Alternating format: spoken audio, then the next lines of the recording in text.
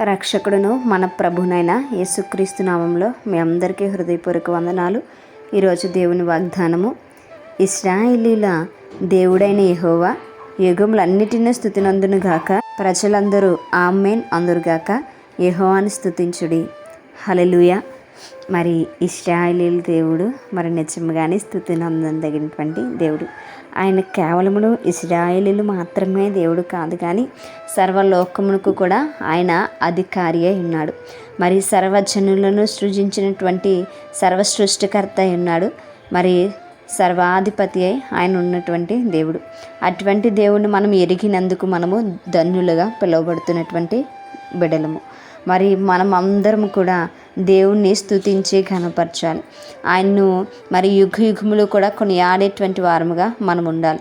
మరి యుగయుగములకును దేవుడు ఆయనే, యుగయుగములను పరిపాలించగల సమర్థుడిని కూడా ఆయనే. ఎందుకంటే ఆయనకు తప్ప మరి లోకంలో ఎవ్వరికి కూడా అధికారం లేదు ఈ యొక్క ప్రపంచాన్ని శాసించడానికి కానీ, ఈ యొక్క లోకాల్ని ఏలడానికి కానీ. మరి నిజమైనటువంటి దేవుడు వాగ్దానాలు ఇచ్చి నెరవేరుస్తున్నటువంటి దేవుడు కనుక ఆయనకు ఎల్లప్పుడూ కూడా స్తుతి అనేది మానవులుగా మనం చేయవలసినటువంటి మరి ఒక గొప్ప మంచి క్రియ.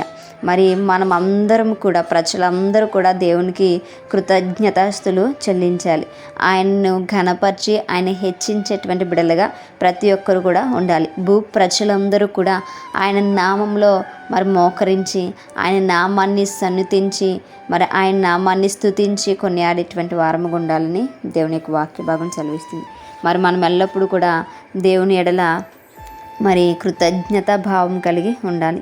ఆయన యొక్క కృపచాటున మనల్ని మనము ఎల్లప్పుడూ కూడా నిలుపుకోవాలని దేవునికి వాక్య భాగం సెలవిస్తుంది. కాబట్టి మనం ఎల్లప్పుడూ దేవుని ఎడల మరి కృతజ్ఞతా భావంతో ఉంటూ దేవుని స్తుతించి కనపరిచే అనేకులకు దేవుని యొక్క మాటలను మనము తెలియచేద్దాం. పాటలతోనూ మరి ఆరాధనలతోనూ ఆయన స్తుతించి ఘనపరచుదాం.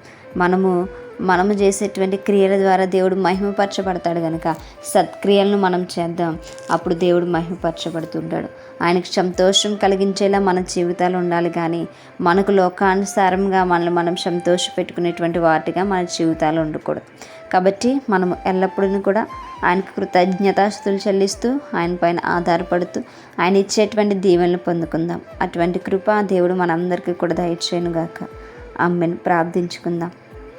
పరిశుద్ధుడా, మహాగణుడా, మీకు వందనాలు ప్రభా. నిజమే ప్రభా, హయాను స్తుతించి ఘనపరిచేటువంటి ధన్యత యావత్ ప్రజలందరికీ దయచేసి హయాని ఈ రక్షణను మేము పొందుకునేటువంటి బిడ్డలుగా ఉన్నట్టుకుని సహాయం దయచేయమని, యొక్క ప్రార్థన దయచేసి మీ పాదసాన్ని చేర్చుకోమని యేసయ్య పరిశుద్ధ నామములో అతి మిక్కిలి వినముగా బ్రతిమలాడి వేడుకుని పొందించిన మా ప్రియ పరలోకపు మా కన్న తండ్రి. Praise the Lord everyone. My God bless you all.